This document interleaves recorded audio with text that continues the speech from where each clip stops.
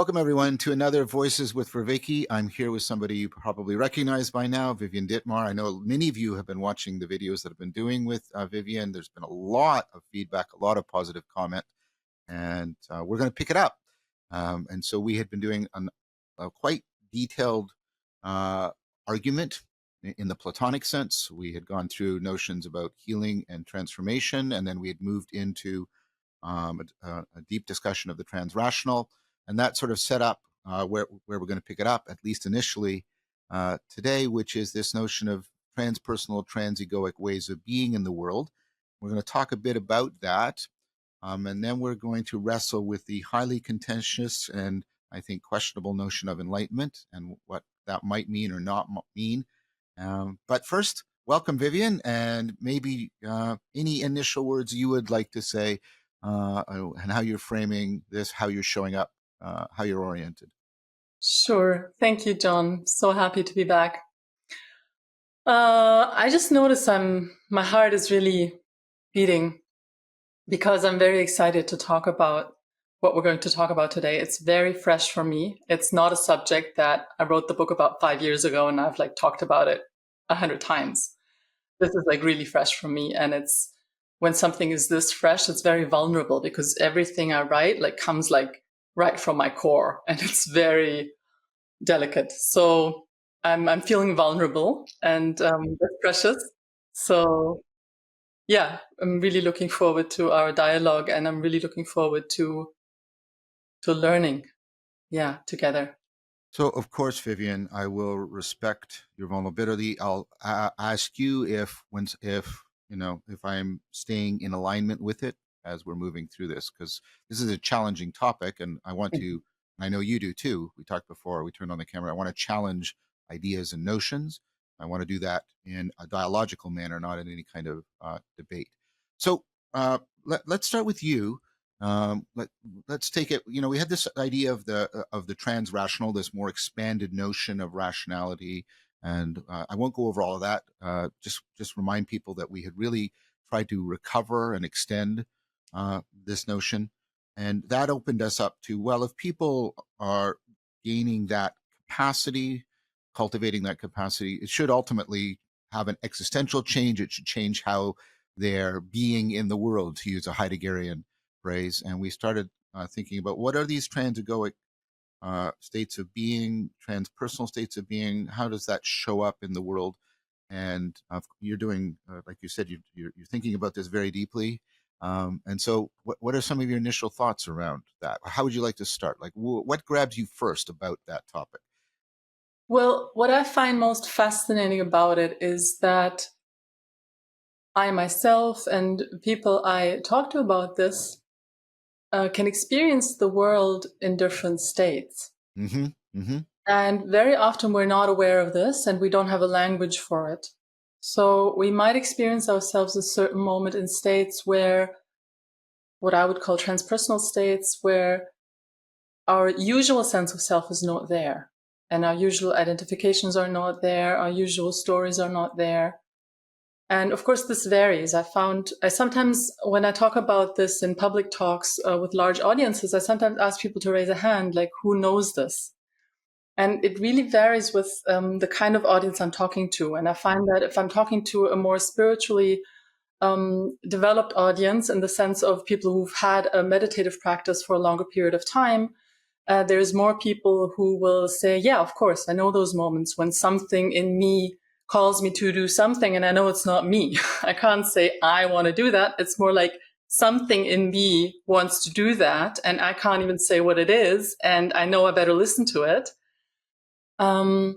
And then there's other people, when I talk about that, who just really don't know. And maybe then I will have an audience of more mainstream audience. And then maybe if I'm lucky, there's one person who will know what I'm talking about. So that I find interesting. So there's a variance, obviously, in who experiences these transpersonal states. But what I find really interesting is that we can experience the world in that way, and then we have more access to transrational ways of knowing, and we often have the sense of being guided. We have higher incidences of what we perceive to be synchronicity, and then we can like we talked in the first episode about being emotionally triggered, we can fall into like completely egoic states, right? Where we're like completely identified, and the smallest thing can like completely set us off, and we become like a 3-year-old and have a tantrum. And of course, like that does not fit with our usual idea of enlightenment, where it's like it's one snap and then you're Right. there, and all that Right. other stuff is just magically gone, and you're this Right. superhuman. So what I'm trying to open up with the book that I'm working on right now is to have more distinctions, to have a language that makes it more accessible, so we can actually talk about this in a real way and acknowledge that it's something that we can move in and out of. We can move out of into transpersonal states and relate to the world from there, experience the world through that, and we can fall back into completely egoic states of identification. And then, and this is the part where I feel we've been missing a lot in the conversation, although of course there have been some people talking about this, we can, there is, I feel, a necessity to develop a healthy personality. Yeah. Yeah. Yeah. And not just have the death of the ego and then you're just this no self and no self, no problem, right? I don't feel that's what we need right now. I feel in a monastic setting, in certain contexts, that may have been something to explore deeply. And right now, with where we are, we need people to develop a healthy sense of self on a personal level. So I'm very interested in exploring how that happens, like the interaction between the transpersonal state of consciousness with the egoic limitations and distortions that we talked about, which is a lot of what happens in the practice of conscious release, and then how that can facilitate the birth of a healthy personality, an authentic personality that helps us to, I think of it as kind of an interface Mm. between the inner and outer world. Mm. Mm-hmm. Yeah. So that's just very briefly of where I am with this. Wow, that's a lot. Really cool. So let me just do with a couple things that came up for me. And I mentioned off camera, I'm teaching a course for the Vervaeke Foundation on literature in the Meaning Crisis, and we just done Tolstoy's masterpiece, The Death of Ivan Ilyich. Um, and what becomes apparent there is there's a distinction that arises within Ivan as he faces the inevitability of his death. So he had what we all call a conscience. He had this voice within him that told him, what was socially proprietary and what was the correct thing to do. And he has all of that. But he gets to a place where he decides to go completely silent and just attend, and it's like this Socratic inner questioning. He's just going to question, like, what is it? What is it? And what he hears is what he calls the voice of his soul.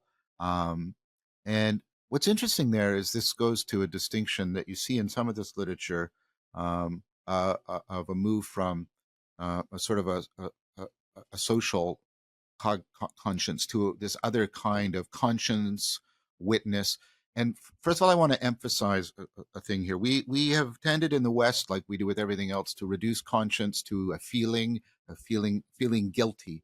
But that is not the word. The word is conscience. It is about knowing. It is about knowing with. And it's like you described. You have this sense of something calling you. Um, and Ricoeur, Infallible Man, talks about this really interesting. I'm trying to give people sort of a little bit more, you know, see how these higher things have a continuity with things that they might be more directly familiar with. But Ricoeur talks about when you're tempted, and he says, well, who's tempting you?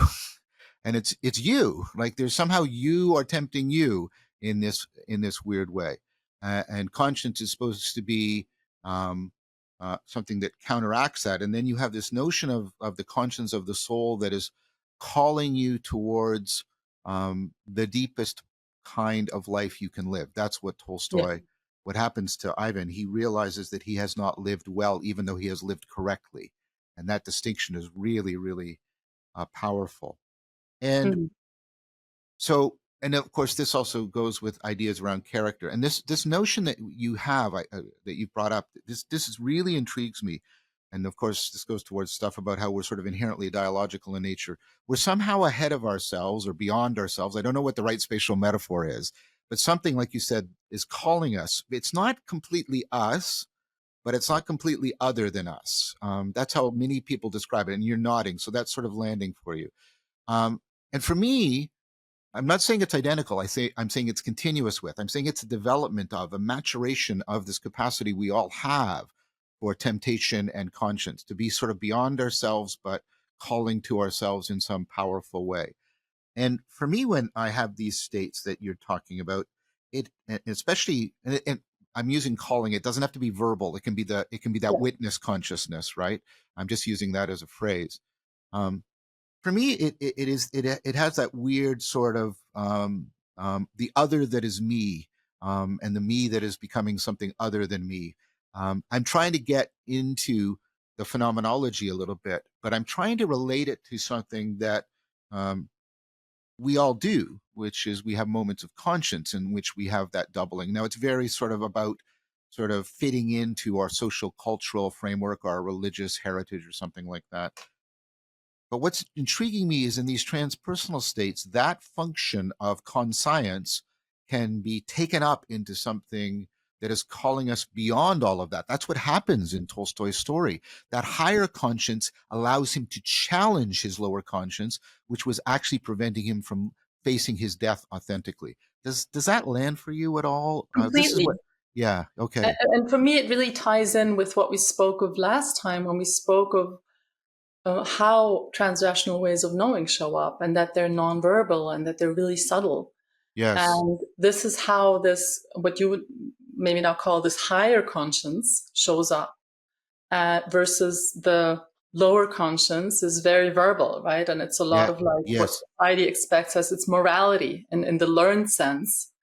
And what you refer to as the higher conscious is very much what I connect to the heart intelligence we spoke of last time. Ah. Yes. That. And that can be in complete conflict with morality or the lower conscience or the learned conscience that, yeah, is kind of just something we adapted. And this conflict is really, really fascinating and very, very important if we're interested in living a true life, we could say. So that's helpful. I'm glad we're converging on this, because I've been also I don't know if you've seen in the videos, I've been talking to people who do IFS, and I've done IFS, and actually Seth Allison actually sort of we did a video where he did IFS with me, and I went through it. Talk about vulnerability. That was a lot of vulnerability there. Imagine. Uh, um, yeah, I was very hesitant to do that, but I wanted to do it. But what came out, and I was talking to Kazra about this, one of the people about it, and I was proposing to him, because they have that sort of thing too. It's ambiguous on IF. They talk about the self, and it's kind of like the Jungian self, and it's not. But I proposed to him two things, and it really landed. And I wonder if these are the two functions within this higher conscience. Plato talks about these, and it's sort of our two meta drives. Um, uh, the higher conscience seems to be calling people to an integration, an inner uh, positive peace, not just a lack of conflict, but a Yes. positive, right, integration, and a deeper connection to what's real. And Plato argues that those are our two meta drives. Whatever's fulfilling our individual desires, we don't want it to cause us inner conflict, and we don't want it to be something that's actually not real or an illusion. And so there's a question, and I'm sort of exploring this. I sort of have a weak intuitive yes around it because I'm putting these two together. But what sometimes feel that silent higher conscience is calling me to is exactly those two things. Well, maybe three things: the call to a deeper inner integration, the call to a deeper outer connection, and the call for those two to be themselves resonating with each other. So the inner world and the outer world. And that comes out, as you say, in this sort of notion of synchronicity. It's like how the parts are fitting together within seems to be called out and call out to things that are happening in the external world. Is that landing for you at all? Completely. Like, again, I have very different language around this. And we're talking about the same thing. The way I talk about it is that we spoke of like transrational ways of knowing. And the interesting question that comes up, of course, is like, okay, so where does this stuff come from? Yes. Right. And for me, the most elegant explanation comes from the theory of David Bohm around wholeness and the implicate order, where he proposes that there's the explicit order and then there's the implicate order. And I mean, this really relates to a lot of wisdom traditions who propose this. And it really matches my perception of reality, actually. This is how I perceive reality. I perceive an external order and I perceive an inner order. And I perceive that while on the level of the explicit order, everything seems to be separate, like you and I appear to be separate and the furniture appears to be separate from me, on the level of the implicate order, the entire universe is one movement.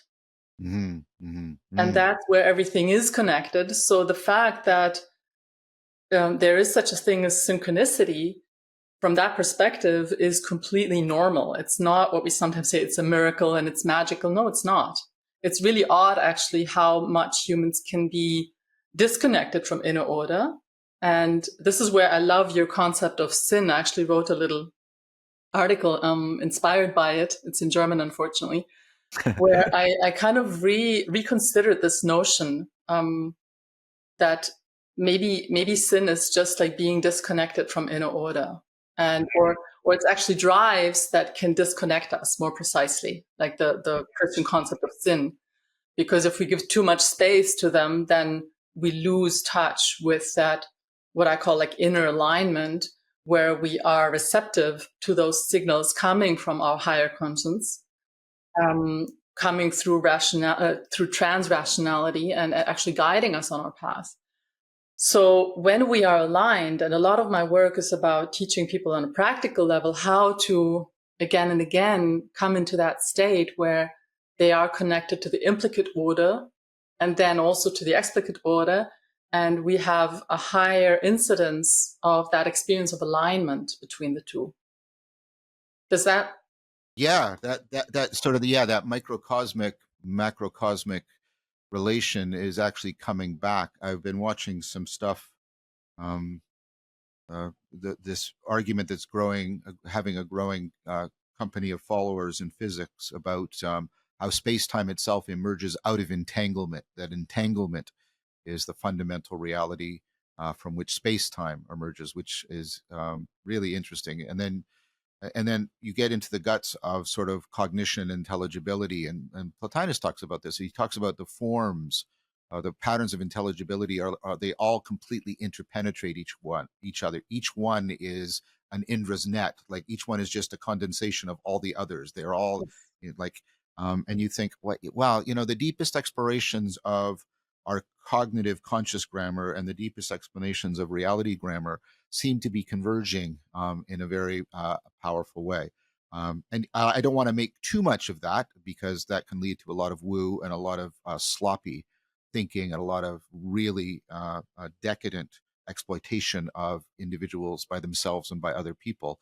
But I also don't want to ignore it. I know you're very balanced about this, so I'm not worried about that happening here. But I just want to make clear that what we're doing here requires transrationality. It requires great care and being very careful, and as we're talking about these things in our thinking, because as we're going to talk, I hope, for in a bit, there is a temptation to spin off into various kinds of inflation. Thank you for watching. This YouTube and podcast series is by the Vervaeke Foundation, which, in addition to supporting my work, also offers courses, practices, workshops, and other projects dedicated to responding to the meaning crisis. If you would like to support this work, please consider joining our Patreon. You can find the link in the show notes. So you talked about two things.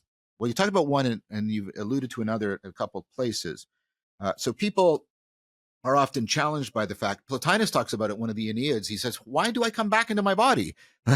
Like you're in this amazing rational, transpersonal state, and you're connected, and you have inner peace, and you feel deeply at one with reality. And then you come back into, I wanted the ice cream, right? And that kind of stuff. And that's one need. That's one danger. A kind of I'll use these two terms just because they sing together nicely. Sort of a radical deflationary experience where you feel like, oh, right.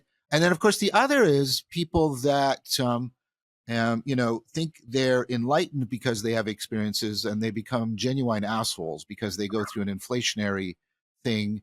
And we used to, even when I was growing up, even within my fundamentalist Christianity, this was criticized. People were called too heavenly minded to be any earthly good. And so those are two. We've got this deflationary, inflationary thing, and I think that sometimes um, that burns people. That burns people about these states, and they get a very jaundiced view about them. It was like, what? Like, I don't stay there. That's the deflationary criticism, and oh, and they become they become vicious in the sense of engaging in all kinds of vice. So I won't mention any names, but I've collected stories, anecdotes of people who are currently called or recognized as enlightenment, and how many people say these people are not Yeah, exemplars. virtuous. Yeah, in many ways. Um, and some of that might be resentment and narcissism, but there's enough of this to go, yeah, there's an issue here. So I just landed a couple things for you. What do you think about that as an issue? I'm very much grappling with this since decades. Right. Simply because, due to my own experiences, there came a point when I just could not deny anymore that there is such a thing as higher states of consciousness, and that even there is a thing where there can be permanent changes in someone's consciousness. I just could not deny that. I would have much rather denied it because I found it really inconvenient, because a lot of what I saw in the world with people running around talking about it or claiming to be enlightened, I was not impressed. Mm-hmm. Mm-hmm. So that put me in a really tough spot, because I found, on the one hand, I had experienced this on levels where I could generally say that those are the most important shifts that have happened in my life. Mm-hmm. Mm-hmm. And they have been also triggered with confronting death. That was an important trigger, just to make that link as well, because we wanted to talk about that. But then I just saw that all the mythology around it and all the propaganda around it just completely didn't match my experience. So, being someone who's very, my first go to is always to doubt myself, which is a lovely trait, but can also backfire. And then eventually I got to the point where I realized, well, we need to question the notion of enlightenment that we have. We need to question kind of the people who are currently running around propagating it. But we can't dismiss it altogether, which is kind of the other extreme. I feel we need to acknowledge it as real. We need to acknowledge it as relevant. And at the same time, we need to acknowledge that our current thinking on it, and also like traditional thinking on it, is flawed. That's my current stance on it. And part of my attempt in the book is to kind of dismantle this thing and say, like, okay, so it's real, and it's profound, and it's many things, and at the same time, it doesn't mean that all that other stuff is just magically gone and you don't need to deal with any of it, and it doesn't give you a license to just be an asshole, to pick up on that term. Yeah, that's good. All right. So this is great. So we have two big topics, and let's wrestle with them together. You're a great person to do this with. First is enlightenment, and then we have mortality off there, and we'll come back to that. We keep bouncing into it, and I don't think that's a coincidence. We keep bouncing into that. So the argument I made in Awakening from the Meaning Crisis, which I'll modify, I'll try to be as quick as possible because I want to hear what you have to say. But I basically said all the attempts to define enlightenment sort of phenomenologically, they go all over the place, and they're crazy, and then there's this mystique that makes it like impossible. Like you read accounts of the time of the Buddha, and thousands of people are becoming enlightened, and you don't see thousands of people becoming enlightened now. And like you said, so many disappointments when you meet people who claim this, and it's like, so I did something different. I did a cog sci approach, And I said, let's reverse engineer it. Let's, instead of giving a phenomenological, let's say, well, what functions do we want it to perform? And is there a plausible account of how those functions could be met? And so I made an argument around sort of perennial problems. This was a sort of cogsci take on dukkha, perennial problems of self-deception and alienation and absurdity and anxiety that human beings fall prey to, that are existential in nature.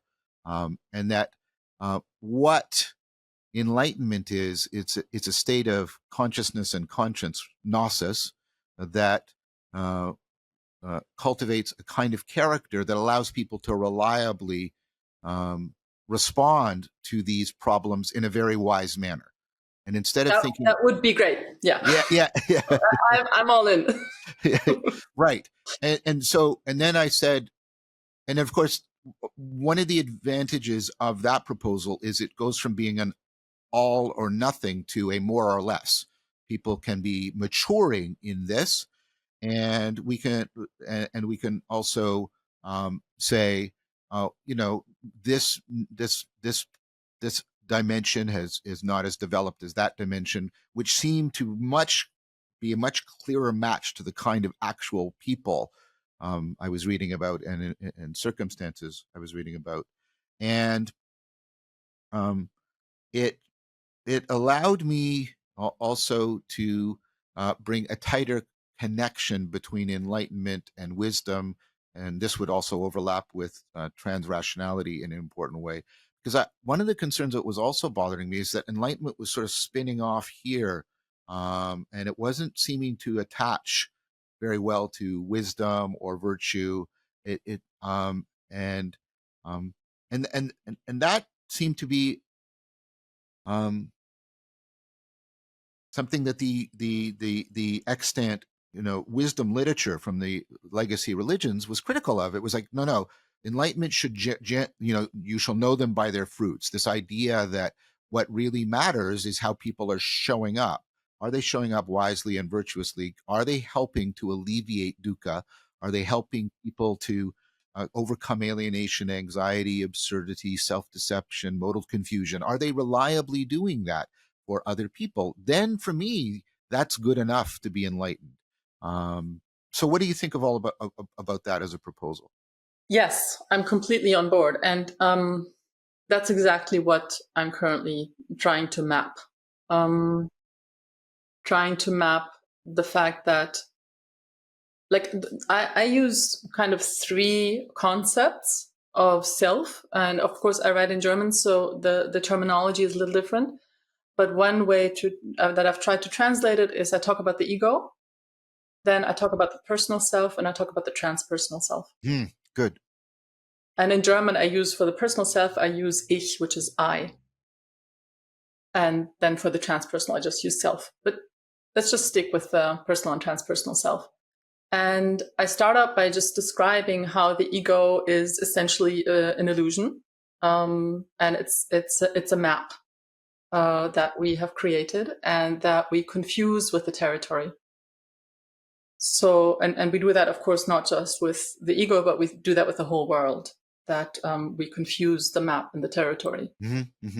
And we don't just confuse the two, but we become identified with the territory. So we believe we are the territory. And then to make matters even worse, our maps, especially our maps of ourselves, but also of the world, are extremely distorted and really hard to correct. And this is where it links back to the emotional backpack stuff we talked about in the first episode. They are so hard to correct because they are like burned into the brain in these neural networks that are like linked to trauma and emotional baggage and all that stuff. So that puts us into a really, really difficult situation and causes lots of suffering. So that's kind of the pathological state that I see as normal today. And then you have like the people who are really going into meditation and trying to get enlightened and maybe succeeding. And then they're kind of going to the transpersonal self, which depending on where you land, I mean, there's different flavors of this. It can be an experience of no self, very much the Buddhist, non-dualist, Advaita, whatever you want to call it, different traditions that aim for this, or it can be an experience of the divine. Like there's different flavors. But then the interesting thing is like when you're there, it seems like first of all, you awaken from the illusion, you realize the map is just a map, and you see the territory for the first time, and it's just absolutely incredible. And then it's easy to think that, okay, all your problems are solved. And a lot of the spiritual salesmanship nowadays, like, propagates this, right? Like it says, okay, that's it. Like, you wake up, your ego dies, and you live in bliss, and there is no self anymore, and there's no problem anymore, and that's it. And in my experience, that's just completely not true, because those neural networks, some of them, in this, I don't know what happens. I asked you on some literature on that. I don't know what happens in the brain, but I'm sure something happens biochemically in the brain. And there are some corrections, I believe, of neural networks, and some people have reported that traumas have disappeared, but certainly not everything. So, I mean, there's also reports of people falling out of these states again, sometimes after years, and all the stuff is just back where they left it. So that's kind of indicating that all the stuff is still there, right? So all the maps are still there, and they can be reactivated. And as we have observed, even if the person themselves is kind of like flooded with euphoria, it doesn't mean that these maps and these kind of other parts, like the kind of, I call them like ego parts that are still there. They still run the show sometimes, sometimes very consistently, and from kind of hidden places. So what I'm proposing is that we need to cultivate transpersonal self, because without that, it becomes very difficult to correct the maps. Because if you completely just in the maps and you think you're the maps, like, that's it. Mm-hmm. But with kind of a transpersonal perspective, we can begin to correct the maps more effectively. But that's not enough. Like, we need to, what I guess you would call, cultivate character. And that's where I believe we need to develop a new personal self that is what I mentioned at the beginning, this interface with the world.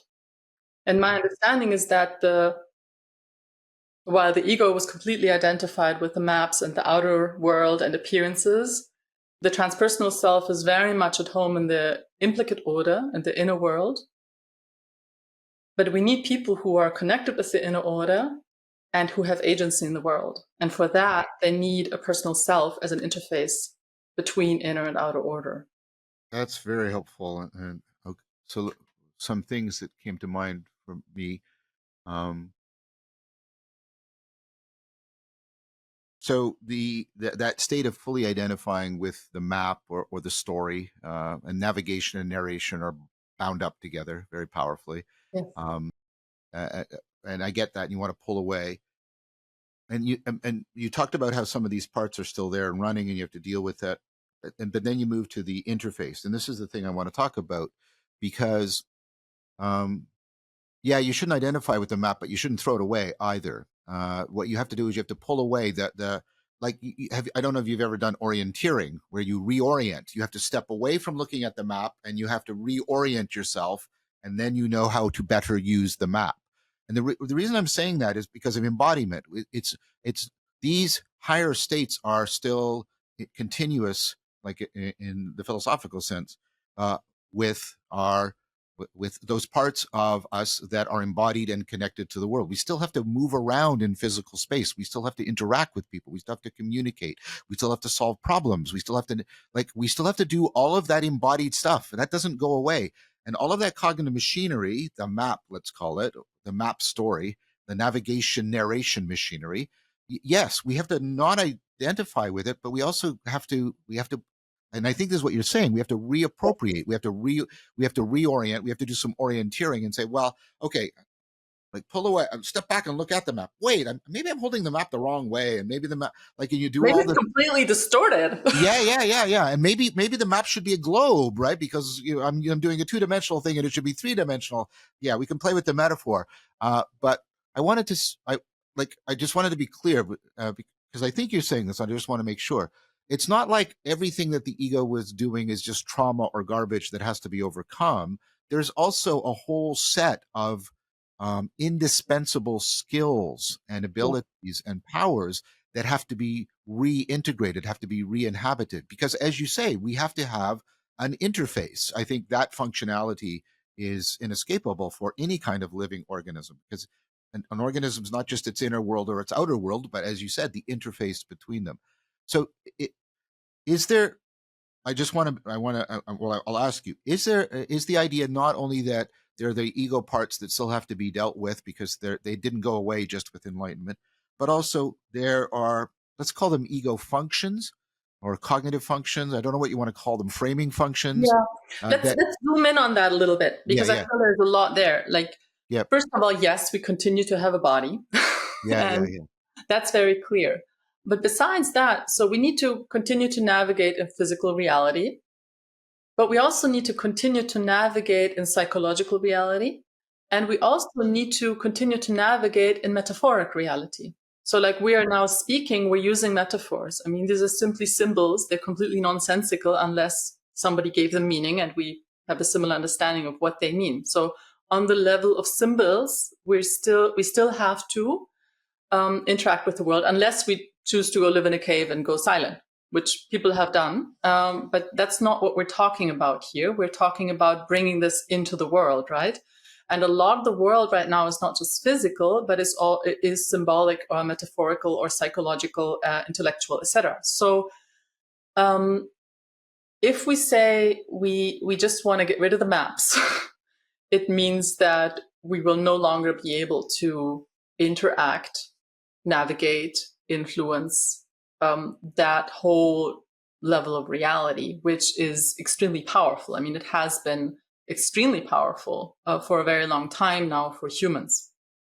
So, yeah, for that we need an interface, and for the physical world we have the body as an interface, and for that we have we have the intellect, we have the ability to use language, and we talked last time about how the rational mind can learn to verbalize, to kind of translate the nonverbal, abstract, subtle communications from the transrational ways of knowing. So that's super important. That's where the rational mind can become an interface. Mm-hmm. And then we have a similar possibility, and this has been talked about very, very little for obvious reasons, which is on an emotional level. So we talked in the first episode about emotions and the emotional backpack, and that's, of course, very much connected to the ego. And then maybe once you more identify with the transpersonal self, more with egoic fragments. Yeah. Because you see, and this is also where IFS, of course, comes in, where actually it's not one congruence ego, that's me. It's like lots of different parts, and they contradict, and they all have their own story and drama and stuff.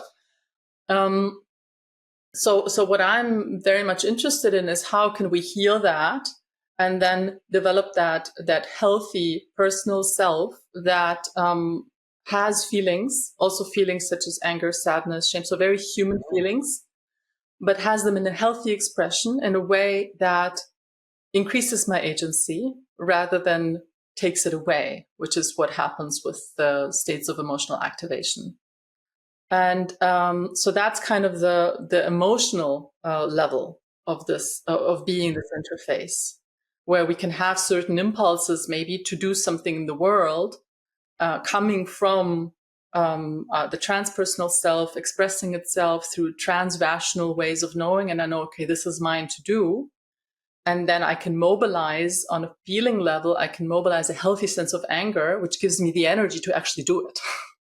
And then that becomes like the transpersonal essentially becomes personal. I make it personal and I go out as a person into the world and I do something about it.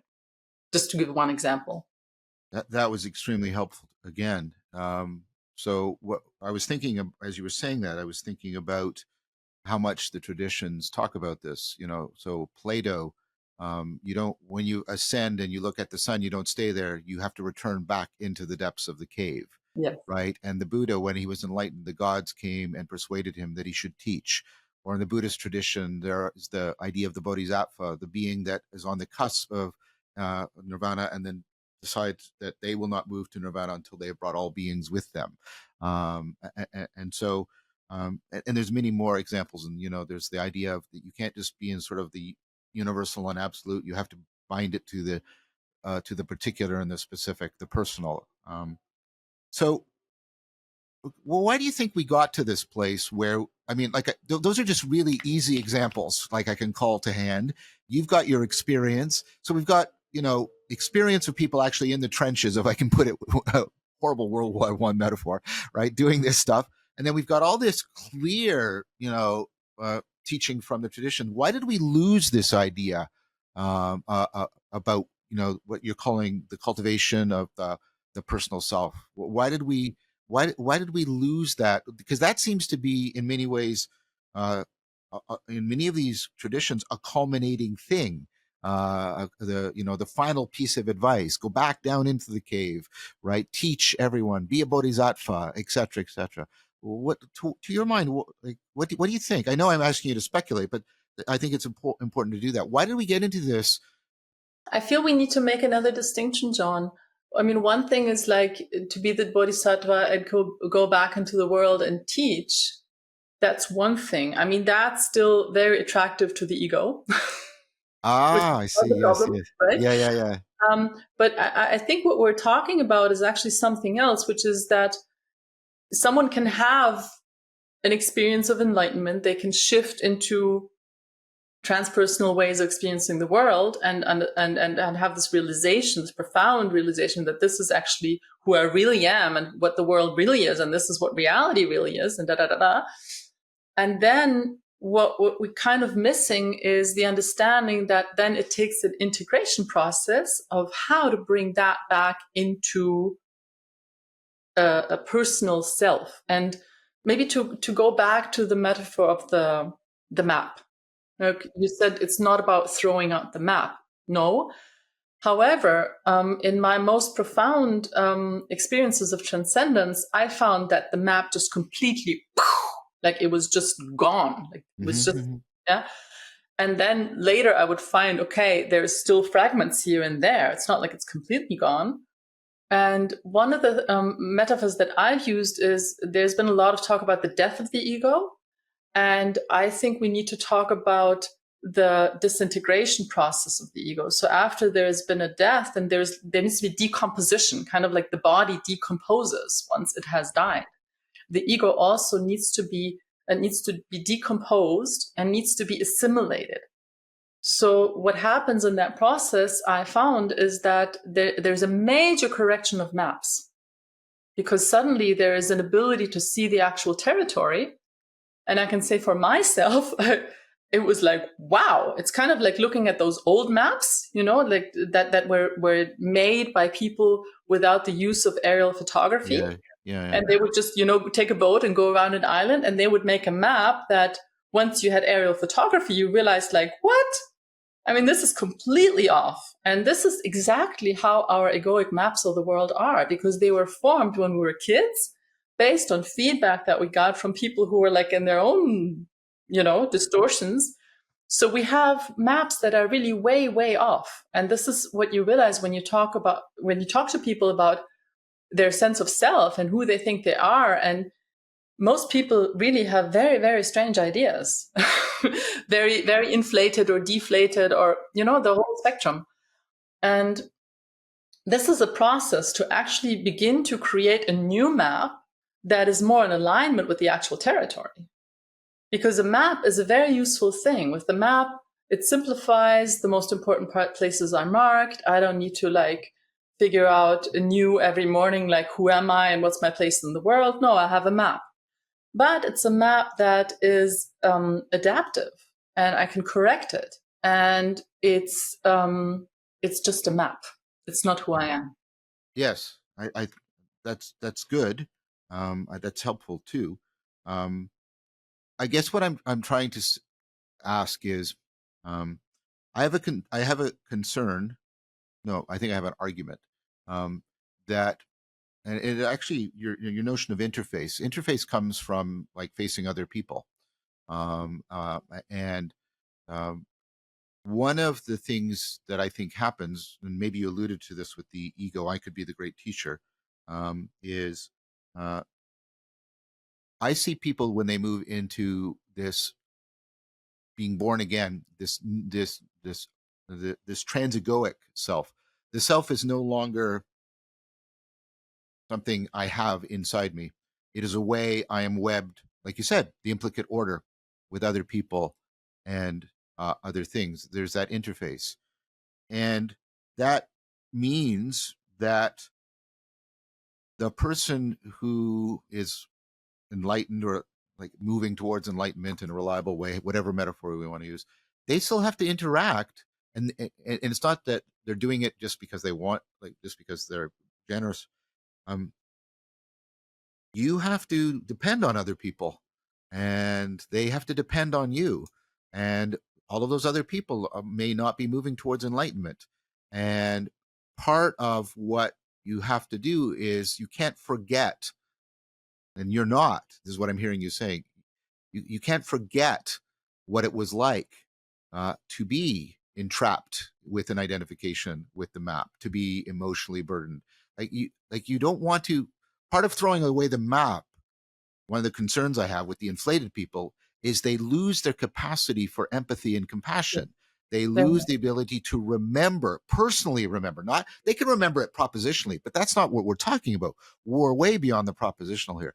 But people need to be able to relive how they were also like just the same way that a good parent has to remember what it was like to be a kid, right? If you forget what it was like to be immature and you just know what the right thing is, you can be very, very hard on your children because you've lost the capacity to, like, you have to keep, I'm pushing an argument here. You have to keep some degree of identification with what you were as an immature self so you can identify with your children who are still immature.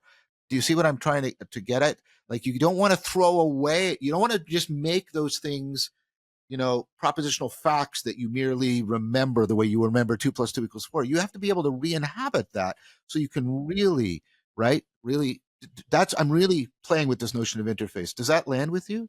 It does, and it touches on a very delicate point in a way, because, well, first of all, my way of staying in touch with that is to consistently give space to the fragments that continue to surface and to give them space in, for example, the practice of conscious release, and then really go into those places. Because I have very, very intimate relationships in my family, in my love life, with people who are not there, who are like completely identified and in the suffering. And in order to even have those relationships in a real way, I need to be also real in that, in the places where I have a 5-year-old who's wounded, and I'm not identified with that. I don't believe I am that, but it is there. And I can give that space. I can feel that. I can feel the pain of that. I can feel, the whole thing. And this is what usually we've referred to this in a previous episode, the whole problem of spiritual bypassing. And I think our whole notion of enlightenment currently really encourages people to not do that. And this is why I was so hesitant for a long time to even acknowledge that something had fundamentally shifted in my consciousness, because I just didn't want to go there. And it took a lot of people talking to me for a really, really long time, confronting me and saying, like, you're denying something there, and then I was like, okay, but then I need a new map as to what enlightenment is. And that's what I'm trying to develop, to say, okay, like there is that space that can open up in someone where they have this transpersonal self accessible in a stable way, but all that other stuff isn't going away like that. And it's really good that it doesn't, because it allows me to refer back. But on the other hand, I also want to be really honest with you, John, that I had moments when, and I keep having them, when I talk to people and I was like, look, I really don't know if I can still teach this stuff, because I really don't remember what it was like. Ah, I see. Because some of this stuff was 20 years ago, longer, 25 years ago. So it's like, I'm sorry, I don't, and then I feel like a hypocrite, especially because a lot of the time I was not transparent with people about the fact that this is not my lived experience now, because I just didn't want to, it felt too vulnerable. Like I'm just moving into the place of being very honest about what my perception of reality is. And this is part of the vulnerability I was referring to. And then one of my friends who's also a teacher, she said to me, not everything you teach needs to be your lived experience now. It's enough that you move through it at some point and you're still good at teaching it. Mm. And I think she's right, but at the same time, like it is something that I struggle with sometimes, and sometimes I will get people who train with me to teach instead, and I say, look, I really need you guys because I need you to tell me like am I even reaching? Is this even helpful from where you are right now? And I feel it's an important thing you're pointing to, because yes, we need to keep that connection, and at the same time, it's not something we can fake. So the best I can do is to really cherish actually those parts in me that are immature and that are traumatized and that are limited and that are kind of pseudo-identified, or like that's the best I feel I can do to remain real and in touch. But the memory, like it's not enough. That was good. Thank you. That's you and I are sharing that problem, I feel. Yeah. And um, so the spiritual bypassing, I think, was an excellent connection as well. And I'm wondering if this is also this is something I've considered when I even talked about it in an awakening from the meaning crisis. But I've come back to it again and again and again. Um, this notion of enlightenment as a perfection, a completion, a fait accompli, and it's like once there was dark and now there is only light, and stuff like that. And to be fair to people, there's a lot of that in the legacy literature where that talks that way and makes it sound like that's the case. Uh, Thankfully, we have Taoism, which continually reminds us to worry about that. And Chuangzi calls all that into question and pokes at those caricatures of Confucius, where he was sort of perfect, thought he was perfect, and that sort of stuff. I don't think the actual Confucius thought he was perfect. Um, so in the wisdom literature, a reliable mark that somebody isn't wise is if they say I'm wise. And I've almost come to the point where I don't want to just set myself against people who make claims. But if somebody says that I'm enlightened, I generally think you're probably not. Uh, uh, uh, for the same kind of argument. So this is all my way of saying I've tried to give up, and I was brought up in a tradition that had it that way. But I've tried to give up the idea of perfection in connection to all of this, uh, and and because it's actually a sterile in the sense of that which kills life. It's Yes. clean, but we've figured out, by the way, that sterilizing everything has turned out to be a really bad idea. It really makes you maladaptive in a powerful way, and I think there's a sterility to some notions of sacredness or enlightenment that have had this effect on people. It's living things don't finish; they don't come to perfection, uh, either as individuals or as species. There is no final form of life, and I've tried to orient towards: can we have a notion of enlightenment that is about an ongoing maturation, being alive process? How does that sound for you? Because I think part of what happens with the spiritual bypassing is that I think there's a complicity there. I think the idea, well, I'm perfect, so of course I don't need to deal with Yeah. any of that shit anymore, right? Right? What do you think about that? How does that land for you? Well, there's a lot there again, John. I feel like every time we open something, we can talk Yeah, for hours about yeah. that. It's beautiful. Um,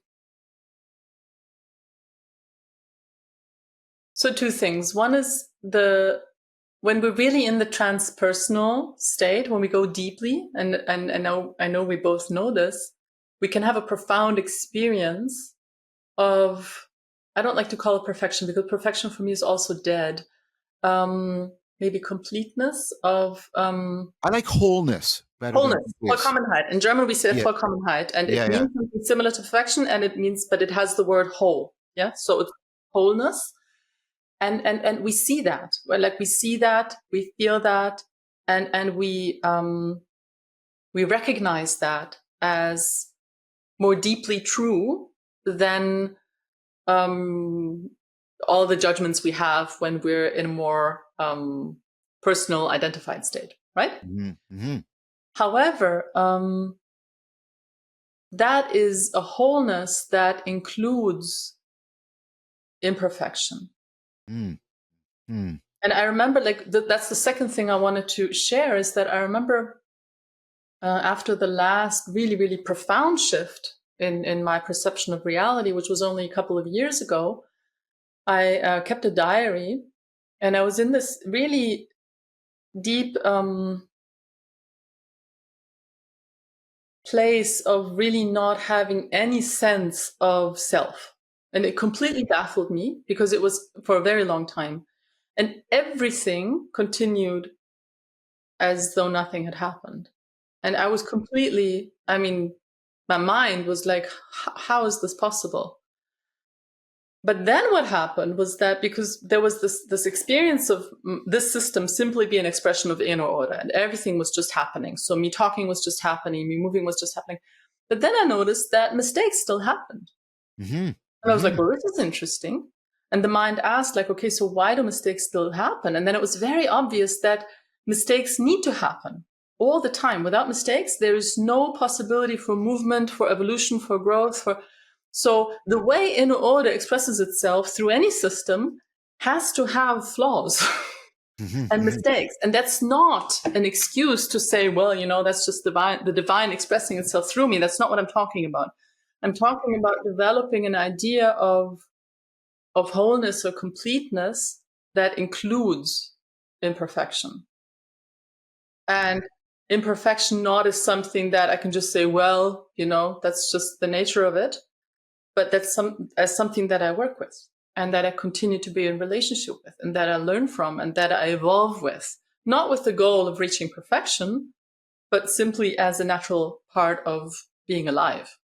Yeah, and I think that's what you were referring to, right? Yeah, and there's deeply, deeply so, and I mean, there's deep connections, between wholeness and health.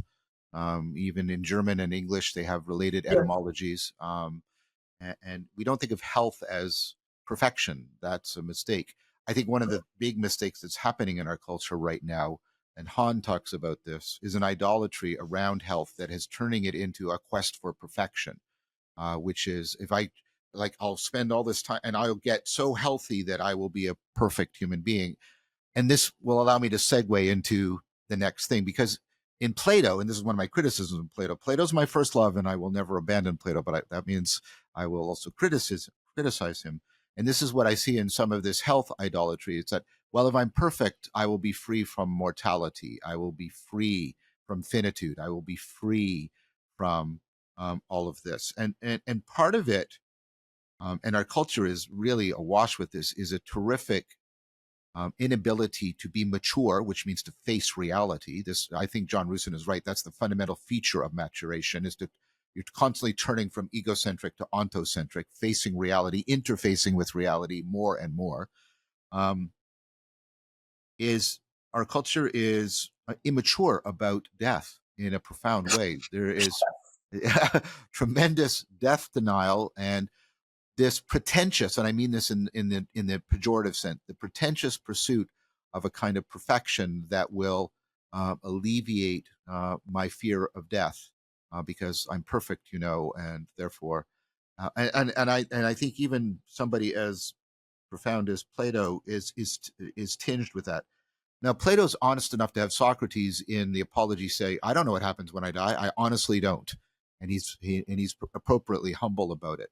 But there's also parts where Plato flirts with, "Oh, but if we get to this state, it's evidence that we're immortal and we don't have to worry about our bodies and we don't have to worry." And then, but Plato's multivocal. He counteracts that. Anyways, I'm starting to ramble because you can tell I'm wrestling with this with respect to my relationship to the Platonic tradition. But it seems that there's a way in which perfection and its sterility is people trying to make themselves immune in an immature way to their mortality. And Or just to their humanness also. yeah, well, I think those two are bound up together. I mean, the Yes. Greeks had this profound sense that being a human and being immortal were deeply synonymous terms, that the people who tried to exceed their mortality were guilty of hubris, and they were people were called to be heroic, but they should never ever attempt to become immortal, because that was hubris. Um, so I brought us into this topic, and like I said, I've been wrestling with this because you confront it directly in The Death of Ivan Illich, one of the books I'm teaching, and we're doing The Plague by Camus, and of course that is pronounced. I think one of the things that COVID did was throw people back into the confrontation of the continual presence of their mortality. I And wrote an essay on it at the time. yes, Yeah. and we had a lot. I mean, it woke some people up. I'm not going to deny that, but a lot of people spun off into really immature, self-deceptive forms of communication, and they ripped themselves apart. They fell into conspirituality, and they fell into. There's all kinds of things in which things went wrong. So I've given you again, I hope, a lot to work with about this. Like, if we put aside, or let me phrase it as a question, in putting aside the transpersonal as perfection, but as wholeness that is a living and not a sterile wholeness, does that not mean that we can more appropriately face and interface with our mortality and not reject it, but also not despair because of it? So I'm trying to get, do you think that sorry, this question may, and you'll take it in good charity. Do you think that what you're talking about, the cultivation of the personal self, is affording of a mature relationship with mortality? Yes. And I want to rewind briefly to something you said. You said that the transpersonal, if we reframe the transpersonal not as a notion of perfection, but a notion of wholeness, I feel I want to put it a little differently. In my experience, the transpersonal is kind of like a different perspective on reality. Mm-hmm, mm-hmm. So it's not like the transpersonal is perfect or whole or whatever. It's more from there, I'm in a state of consciousness. I have a perspective on reality that allows me. So I see the actual territory, and I see the wholeness, the completeness in what is. That's just to be clear. I just want to say, sorry for interrupting. That is exactly what I had in mind. That's why I kept using the language of facing and interfacing. Yes, It's great. not an intersubjective state or something like that. That's not what I'm talking about. Exactly. Yes. Okay, So it's okay, a perspective. It's a state of yes. consciousness, and we can move in and out of it. And from that perspective, so first of all, I want to say that my first glimpse of that actually was triggered by confronting death. You And mentioned that earlier. Yeah. since that time, I have become intimate friends with death. And You sound like a supervillain when you say that. well, yeah, not in that sense. I know, but that's part of the pathology of our culture. But as you know, I spent a lot of my early childhood in Asia, and then also my formative years I spent in India. And I would spend a lot of time at the places where they burn bodies. Right. And I would sit there and I would meditate. And I know this is an ancient practice in a number of traditions. And it, for me, was very profound. It was something that drew me again and again and again. And it really, at the time, really supported me in disidentifying. And what happens when we move deeply into transpersonal states and we know we're not the body, we're not the mind, we're not the maps, we're not the emotions, we're not all of that, then we know that we are something immortal, but not in the sense of like, I have this immortal kernel because I'm enlightened. That's a very naive, egoic way of putting it.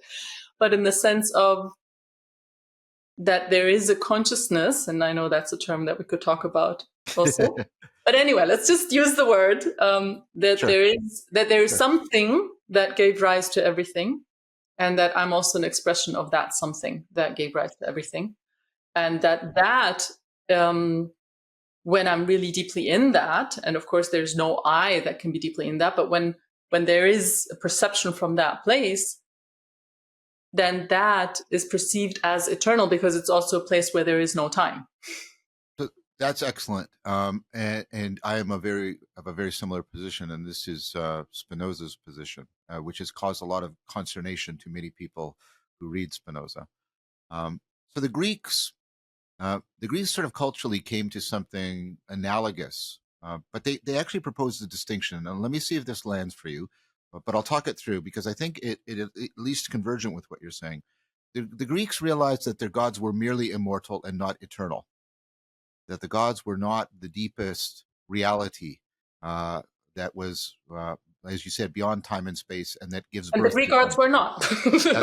that's right, they weren't. And so and then what you get is you get a shift towards the abandonment of the Bronze Age quest, Epic of Gilgamesh, for personal immortality, and you get instead um, this quest to participate in and identify with eternity, Yes, uh, and not that's understand beautiful. that as personal immortality. And Spinoza does this. Spinoza, of course, denies any personal immortality, but he says there's a part of us that can become identified with eternity, and that releases us. So he says, this is a famous quote from Spinoza, and you have to take it with a lot of charity. Right? You have to read the whole Ethics because this could be read with spiritual bypassing. So Yes. take it with that charity. But the wise man thinks least of death. And what he meant by that is because there's this identification with eternity and there's an abandonment of the quest for personal immortality, that um, it's not so much, it's that one is released from the fear of death. And this was, of course, the practice of Stoicism. I don't know if you've done it, but I've done Buddhist practices that are designed to make you horrified of the prospect of personal immortality, where you do these contemplative practices and you actually try to deeply invest in what it would be like if you were immortal. And there's some good works of fiction around this, and you become absolutely horrified because, of course, well, what happens is it bleeds. Well, I, everybody else that I love has to be immortal, and all the people they have to love have to be immortal, and the houses that we live in, like, and it just like, and you end up freezing. You end up sterilizing reality. You end up killing the universe in order to try and make yourself personally immortal. And this is like a very powerful Buddhist practice. You do it, and you go, whoa, and then you get this. You get the opportunity, and I'm gonna. This is how I've experienced it. I was afforded the opportunity of disidentifying eternity and immortality from each other and Yes. letting go of immortality and participating profoundly in eternity. Yes. So you're smiling very beautifully and nodding. So I take it that this is landing for you. Yes. Yes. It's very much landing for me. And that's, I want to go back to what I said about befriending death, because that's very odd for people to hear. And I find that death is like, it's a mirror, Mm, and it really shows you what is essential. And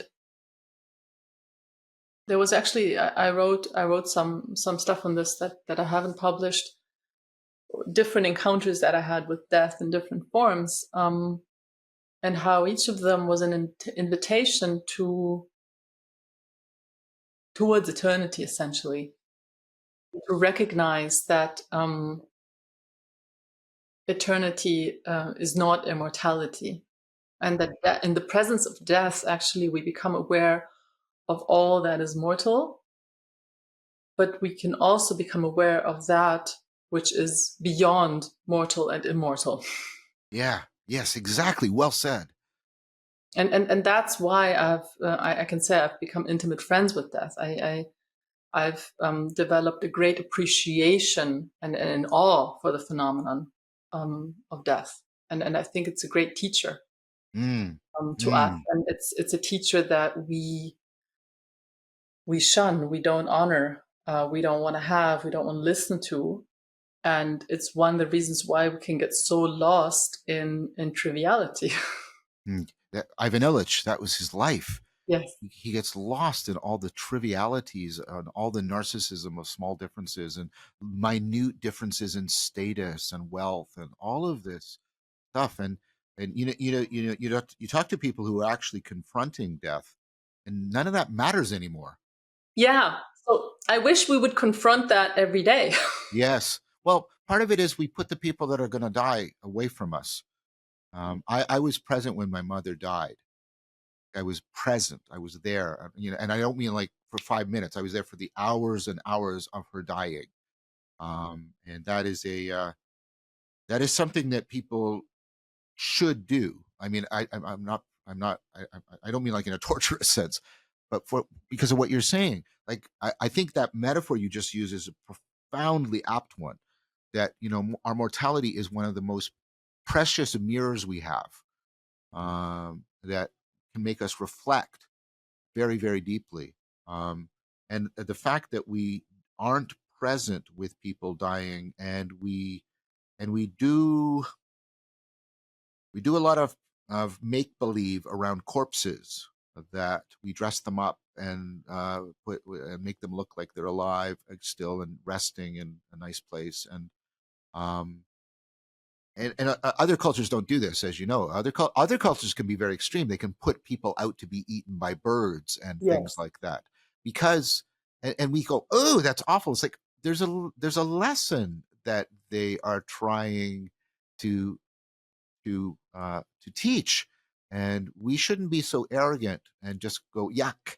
We should step back and think maybe this is an important thing our culture has lost. And instead, what we do is we put death into movies, and now we're doing this thing where nobody really dies in a TV series or any. They ultimately come back. Everything is like a bloody video game where you have 17,000 lives, and death doesn't matter. Even the Emperor came back after being killed in Star Wars, and it was like, oh no, like it's like, come on, like yeah, and a lot of people got angry, as they should, because they sensed that if you remove death, you remove the significance of things in a really, really powerful way. And I think people should step back and reflect on that experience and think, then you should do that more broadly and more deeply. And you've done it, and I admire you for that. I mean, I really admire you that you've actually done that practice. I've never done that practice of meditating in the crematorium, meditating where they're burning bodies and corpses, and just It's very spending. precious. Yeah, Very precious. yeah, and I get it. And I'm trying. I'm putting a lot around this because, well, part of it, I think it's just a wonderful point you're making. I think it's a brilliant point.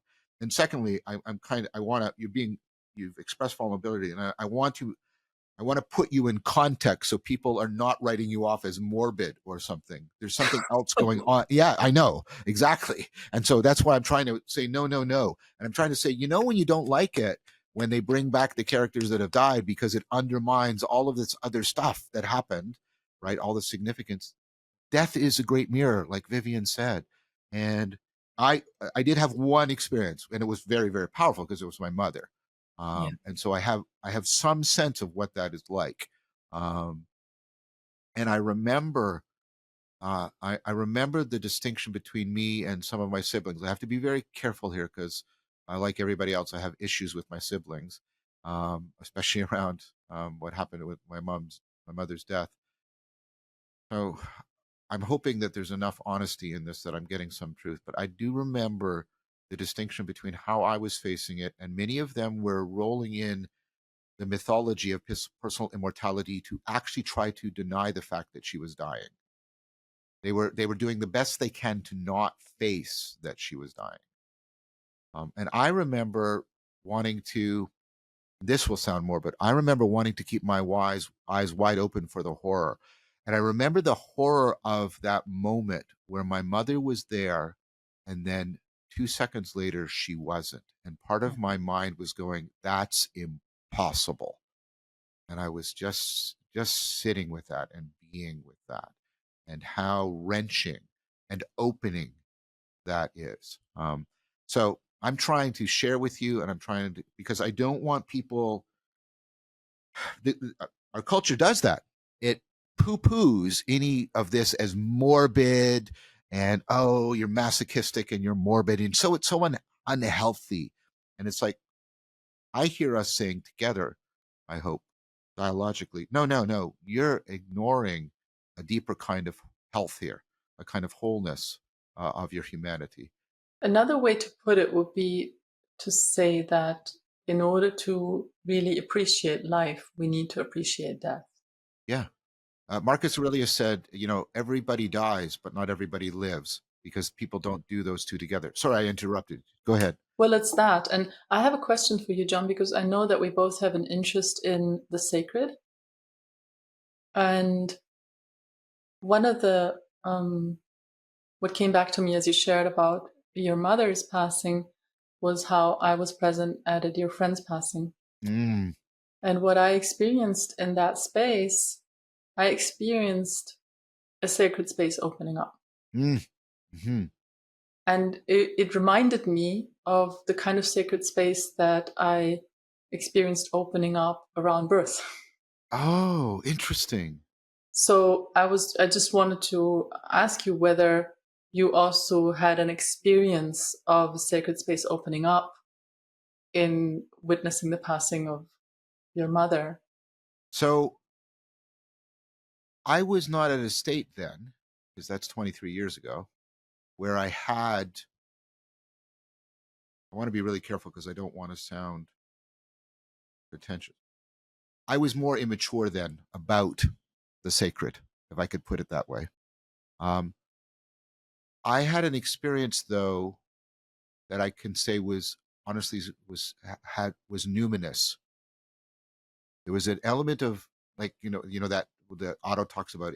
There's that element of horror. You realize that your map on reality isn't reality, because your mind goes, but that's not the map, right? Right. And there was definitely the sense of a profound mystery opening up for me that was fascinating, and I wanted to keep my eyes wide open, and I didn't want to pretend. There was that. Um, Now, I think I could say that if I was in that experience of the numinous with the orientation that has grown in me now, I think I would have experienced it as sacred. I think I think I can honestly say that. Thank you.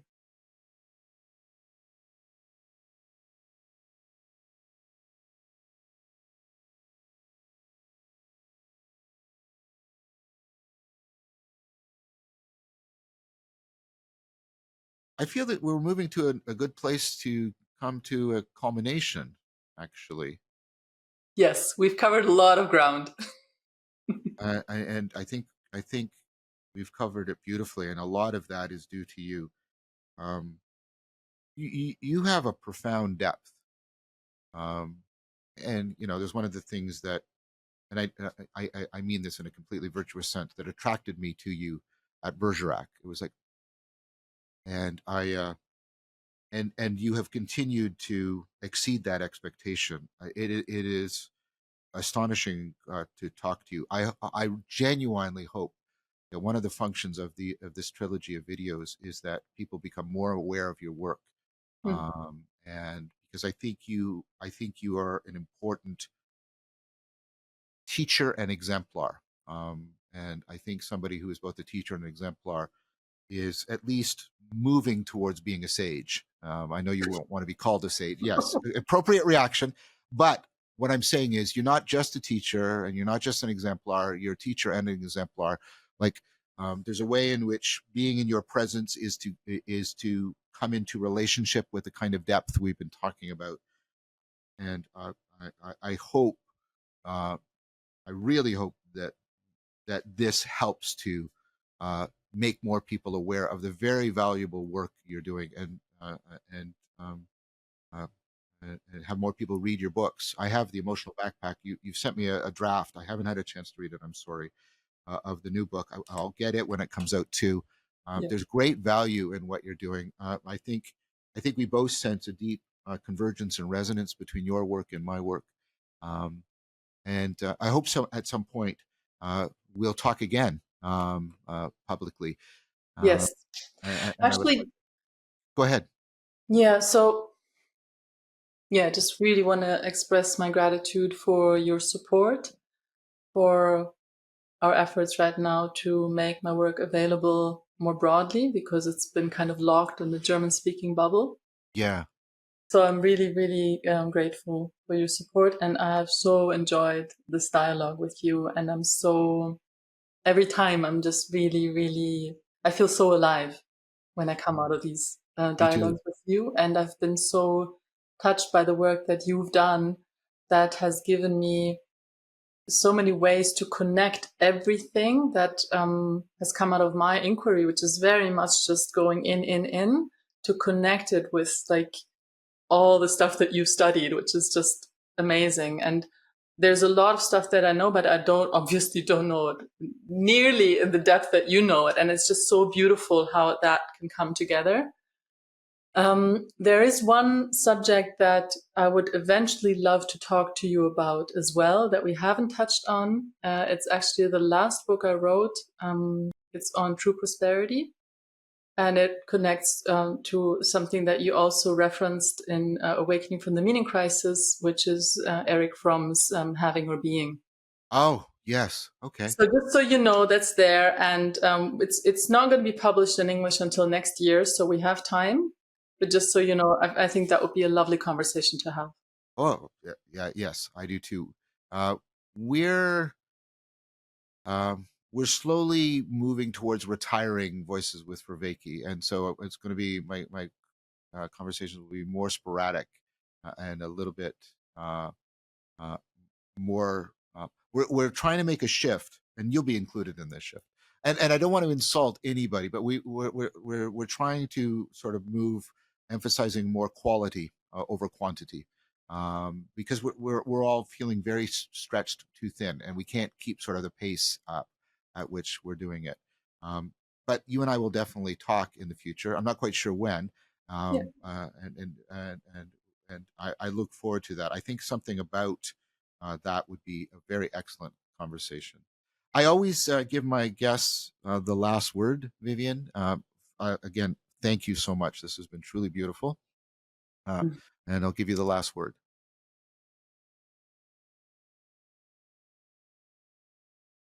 Yeah, I just want to point out that we've used a lot of words to try to map certain concepts. And one of the beauties of this dialogue has been that John uses different words than I use, and we discover again and again we talk about the same thing from coming from different directions, which is really precious. And at the same time, I just really want to remind everyone watching that what we're talking about is not in the words. Like we're Mm-hmm. trying to point to something that is beyond words and ask everyone not to get stuck in the words and not to get stuck in the terminology or the possible contradictions in terminology or certain concepts. These are not concepts. Like we're trying to put them into maps and concepts because it's important to be able to interact on the level of metaphor. And yet, if you don't understand, it's just a map trying to map a territory and don't develop an interest for the actual territory, then all of this is pretty useless. So I want to leave everyone with that. And really, I hope that we manage to whet your appetite for discovering the actual territory beyond the maps that we're trying to draw here. That was beautiful. Thank you, Vivian. Thank you, John.